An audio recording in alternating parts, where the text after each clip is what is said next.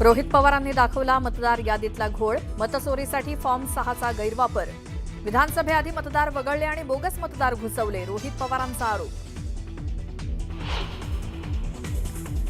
बुलडाणा शहरातील मतदार याद्यांमध्ये घोळ, 4000 मतदारांची 2 ठिकाणी नावं। बुलडाण्याचे आमदार संजय गायकवाडांचा गंभीर आरोप। ठाण्यात भाजप आणि शिवसेनेत धुसफूस, ठाण्यात यंदाही शिवसेनेचाच महापौर कायम असणार, नरेश म्हस्केंचं वक्तव्य, तर भाजपचाच महापौर बसणार, भाजप आमदार संजय केळकर यांचा दावा। ठाण्यातील आनंद आश्रमात नरेश म्हस्केंच्या उपस्थितीत नगरसेवक आणि पदाधिकाऱ्यांची बैठकीत भाजप विरोधात नाराजीचा सूर, भाजप पदाधिकारी अडथळे आणत असल्याची तक्रार।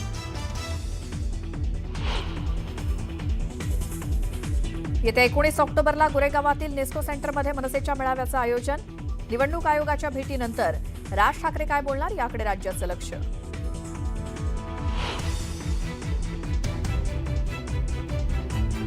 माणिकराव कोकाटेंचे बंधू भारत कोकाटेंची ठाकरेंच्या शिवसेनेला सोडचिठ्ठी, नाशिकमध्ये रवींद्र चव्हाणांच्या उपस्थितीत पक्षप्रवेश।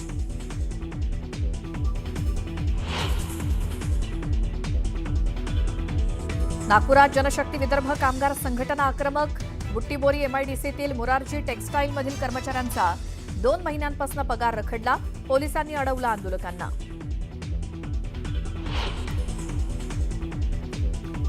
डिबेंचर कपातीच्या मुद्द्यावरून महाडिक विरुद्ध पाटील संघर्ष वाढण्याची शक्यता, शौमिका महाडिकांच्या नेतृत्वात गोकुळ दूध संघावर मोर्चा, आंदोलक शेतकऱ्यांना पोलिसांनी अडवलं।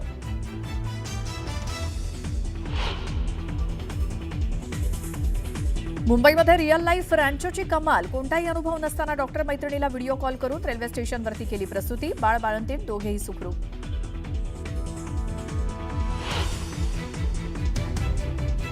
पूजा खेडकरचे वडील दिलीप खेडकरांना मोठा दिलासा, ट्रक क्लिनरच्या अपहरण प्रकरणात हायकोर्टाकडून अटकपूर्व जामीन मंजूर।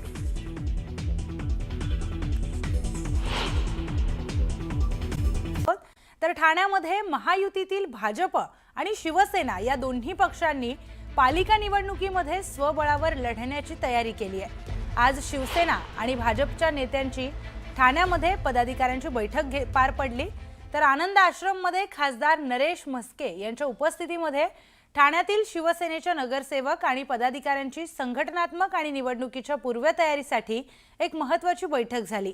या बैठकीमध्ये भाजपबाबत नाराजीचा सूर व्यक्त करण्यात आलाय। भाजपचे पदाधिकारी हे शिवसेना नगरसेवक आणि पदाधिकारी करीत असलेल्या विकासाच्या कामांमध्ये अडथळे आणत असल्याच्या तक्रारी करण्यात आल्या, तर पालिका स्वबळावर लढा अशी मागणी नगरसेवक आणि शिवसेना पदाधिकाऱ्यांकडून करण्यात आली आहे। त्याचबरोबर दुसरीकडे भाजप आमदार संजय केळकर, निरंजन डावखरे, भाजप अध्यक्ष संदीप लेलेंनी कार्यकर्त्यांची बैठक बोलावलेली। आगामी महापालिका निवडणुकी स्वबळावर लढवण्याबाबत भाजपचे आमदार संजय केळकरांनी मोठं विधान केलंय। ठाण्यामध्ये भाजपचाच महापौर बसेल असं केळकर म्हणाले।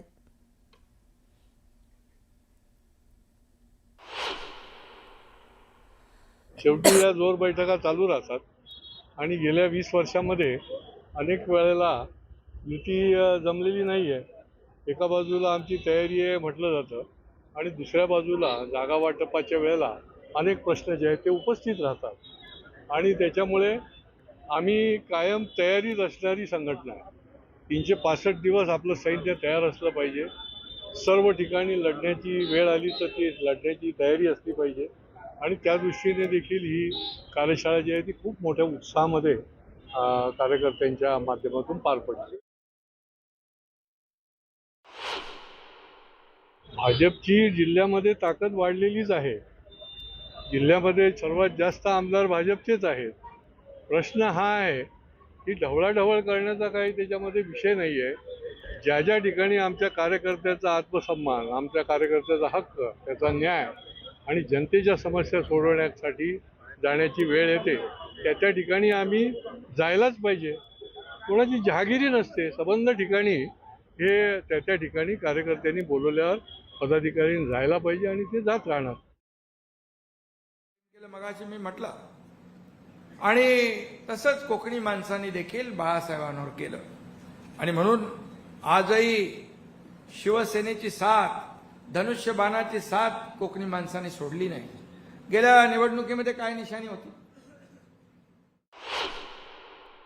ठाण्याचा महापौर कोण असावा हे जनताच ठरवेल. महाराष्ट्रामध्ये शिवसेनेची सर्वात पहिली महानगरपालिका ही ठाण्याची निवडून आलेली होती.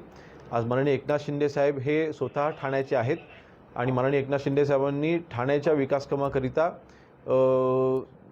त्यांचे दिवस रात्र एक केलेले आहेत आणि म्हणून मला वाटतं आपलं जे काही म्हणणं असेल ते आपण जाहीरपणे न मांडता आपल्या महायुतीच्या वरिष्ठ नेत्यांकडे जर का आपण मांडलं तर आपल्यामध्ये वादविवाद होणार नाहीत.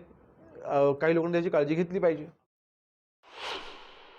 काही मित्रपक्षातील लोक सातत्याने स्वबळ करतात, त्यामुळे नगरसेवक आणि विभाग प्रमुखांमध्ये पण नाराजी आहे की जर समोरचे लोक सातत्याने स्वबळाचा नारा देत असतील, महायुती म्हणून नाही लढण्याचं असं म्हणत असतील, तर आपण कशासाठी युती करताय अशा पद्धतीने काल काही नगरसेवकांचा सूर आला. गेले कित्येक वर्ष आपण या महानगरपालिकेवर स्वबळावर लढतोय आणि त्या ठिकाणी आपण एक हाती आपली सत्ता आणतोय. मग समोरचे सारखे जर तुम्हाला डिवचत असतील तर तुम्ही अशा पद्धतीने युती का करता असा प्रश्न त्यांनी आम्हाला विचारला.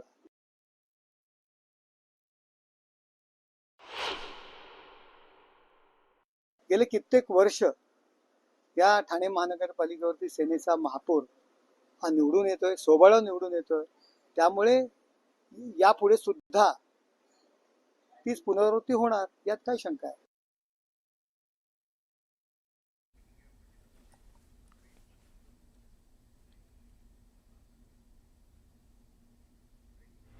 तर एक ब्रेकिंग न्यूज समोर येते. स्थानिक स्वराज्य संस्थांच्या निवडणुकांसाठी एकनाथ शिंदे यांची शिवसेना ही ऍक्शन मोडवर आली आहे. एकनाथ शिंदे यांच्या शिवसेनेच्या स्थानिक स्वराज्य संस्थांच्या निवडणुकीच्या पार्श्वभूमीवर विभागनिहाय आढावा बैठका सुरू झाल्यात.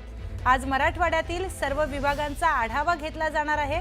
तर काल उत्तर महाराष्ट्रातील मतदारसंघाचा आढावा घेण्यात आलाय. शिवसेनेचे खासदार डॉक्टर श्रीकांत शिंदे, त्याचबरोबर रामदास कदम, गजानन कीर्तीकर, आनंदराव अडसूळ आणि मीनाताई कांबळे हे संपूर्ण महाराष्ट्रातील मतदारसंघांचा आढावा घेतात. दादा भुसे यांच्या बंगल्यावर या सगळ्या बैठका सुरू आहेत.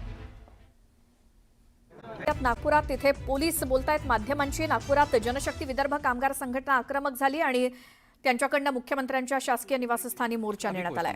सर, कब तक इनका प्रॉब्लम सॉल्व हो सकता है? उनको वेतन, दिवाली है, कब तक वेतन मिलेगा? ये इसके बाद बारे में ऑलरेडी ये प्राइवेट कंपनी है, इसके बाद बारे में शासन के तरफ से एक अधिकृत रिस्पांस जो है वो अभी नहीं दिया जा सकता है. माननीय सुप्रीम कोर्ट ने इसके बाद बारे में जो ऑर्डर्स दिया है और मीटिंग कंपनी वालों की जो मीटिंग है और बैंक्स जो इन्वॉल्व हैं उनके साथ मीटिंग कर के ही इसका सोल्यूशन निकाला जा सकता है. लेकिन प्रशासन का ये धोरण है कि इन सब जो प्लेयर्स हैं, इवन दो ये प्राइवेट कंपनी है, जल्द से जल्द ला करके किस प्रकार से वर्कर्स को मदद की जा सके वो हमारा पॉलिसी है. Thank you.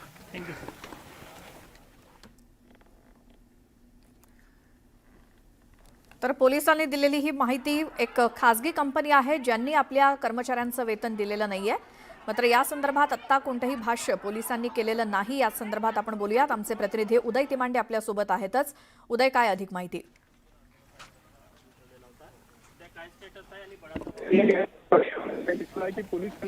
नक्कीच आपण आताच पोलीस अधीक्षक हर्ष पोद्दार यांनी जे आहे ते स्पष्टपणे सांगितलेलं आहे की पोलिसांनी जे आहे ते या आंदोलकांना समजवण्याचा प्रयत्न केला, मात्र आंदोलक समजण्याच्या मनस्थितीत नव्हते आणि त्यानंतर जे आहे ते सौम्य बळाचा वापर करून जे आहे ते आंदोलकांना पांगविलेलं आहे. मुख्यमंत्री यांच्या कार्यालयाकडे निघाले होते. पालकमंत्री यांनी फोनवरून आंदोलकांशी चर्चा केली होती. त्यानंतर जिल्हाधिकाऱ्यांनी देखील चर्चा केली होती, मात्र आंदोलक ऐकायला तयार नव्हते. त्यांनी जो आहे तो राष्ट्रीय महामार्ग 7 जो आहे तो सुमारे 2 तास जो आहे तो जाम केला होता आणि त्यामुळे पोलिसांकडे जे आहे ते त्यांना दूर हटविण्याशिवाय पर्याय नव्हता आणि पोलिसांनी त्यांना दूर केलेला. मात्र हे दूर करत असताना जिल्हा प्रशासन असेल किंवा जी खाजगी कंपनी, आता खाजगी कंपनीच्या मॅनेजमेंट सोबत चर्चा करून या कर्मचाऱ्यांचा पगार कसा मिळेल या दृष्टीने देखील प्रयत्न करणार असल्याचं जे आहे ते पोलिसांकडून स्पष्ट करण्यात आलेलं. आपण पाहतोय की ज्या ठिकाणी हे सगळे आंदोलनकर्ते बसले होते त्याच्या सुमारे अर्धा किलोमीटर दूरपर्यंत आता आंदोलकांना नेण्यात आलेलं आहे. सध्या या सगळ्या आंदोलकांवर कारवाई करणार का, त्यांना ताब्यात घेऊन जिथून हे आंदोलन सुरू झालं होतं त्यांच्या त्या कारखाना परिसरात नेऊन सोडणार का, या सगळ्या बाबतीत जे आहे ती पोलिसांनी उत्तरं दिलेली नाही आहेत. मात्र आंदोलकांनी या परिसरातून जर दूर गेले, त्यांच्या मागण्यांच्या बाबतीत सकारात्मक विचार करता येईल, राष्ट्रीय महामार्ग अडवू नये अशी भूमिका जी आहे ती पोलिसांकडून जी आहे ती घेण्यात आलेली आहे. आणि ते पोलिसांनी स्पष्ट देखील केलेलं आहे. त्यामुळे आता आंदोलक आपल्या मागणीपासून दूर जातात, म्हणजे आंदोलक आता माघार घेतात का? कारण त्यांची नागपूरचे पालकमंत्री चंद्रशेखर बावनकुळे यांच्यासोबत चर्चा झालेली आहे. त्यांनी याला सकारात्मक प्रतिसाद दिलेला आहे. त्यामुळे आंदोलक आता आंदोलन मागं घेतात का हे पाहणं महत्त्वाचं असणार आहे. कारण आता पोलिसांकडून जे आहे ते डिटेन कारवाई करण्यात आलेली आहे. आंदोलकांची धरपकड जी आहे ती करण्यात येत आहे. त्यामुळे आता इथून पुढे काय भूमिका असेल हे पाहणं जे आहे ते महत्त्वाचं असणार. आपल्यासोबत स्वतः नागपूर ग्रामीण पोलीस अधीक्षक हर्ष पोद्दार, आपण त्यांच्याकडून जाणून घेऊया की इथून पुढं सर, आंदोलकांनी सुमारे 2 तास हा रस्ता जाम करून ठेवला होता. तुम्ही अखेर आंदोलकांना पांगविण्याचा प्रयत्न केला. काय नेमकं तुम्ही आश्वासन दिलेलं आहे आणि इथून पुढे काय पोलिसांची भूमिका असेल? जिल्हा प्रशासनने आंदोलकांना आश्वासन दिलेलं आहे की जिल्हा प्रशासन म्हणजे महसूल प्रशासन आणि पोलीस प्रशासन ते उद्या माननीय पालकमंत्रीचे अध्यक्षता खाली बसून आम्ही त्यांचे हे प्रायव्हेट कंपनी आहेत पण त्यांच्या जे मूळ ग्रीव्हान्सेस आहेत त्याबाबत आम्ही काही ना काही तोडगा काढणार. नक्कीच तोडगा काढणार. पण सर, आंदोलकांकडून आरोप केला जातोय की त्यांच्यावर लाठीचार्ज करण्यात आली, पगार मागणे ही चूक होती का असा प्रश्न तुम्हाला विचारला जातो? आंदोलकांनी काही मोर्चासाठी काही प्रशासनचे परवानगी घेतला नाही, ना ग्रामीण पोलीसचे ना सिटी पोलिसांचे. त्यांनी अचानक सकाळी त्यांनी डिसाईड केला की ते मोर्चा घेऊ माननीय मुख्यमंत्रीचे घराचे जवळ जाऊन धरणा करणार आहेत. हे पूर्णपणे इलिगल आहेत आणि त्यानंतर त्यांनी नॅशनल हायवे पण ब्लॉक केला होता 2 तासासाठी. सर, तुम्ही या सगळ्या संदर्भात गुन्हे दाखल करणार आहात आंदोलकांवर?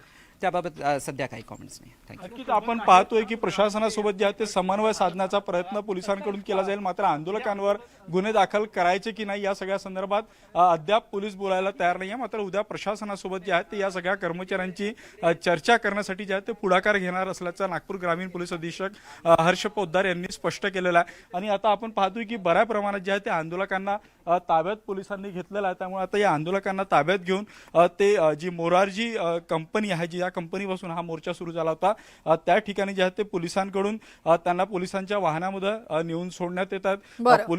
पोलिसांच्या या कारवाईनंतर आता आंदोलक शांत झालेला. थोड्या वेळापूर्वी आपण इथं पाहिलं होतं की मोठा तणाव जो आहे तो आंदोलकांनी बिलकुल उदय, आणि सध्या हा तणाव शांत झालेला दिसतोय. या सगळ्या माहितीसाठी धन्यवाद. अपडेटसाठी तुमच्याकडे येऊच.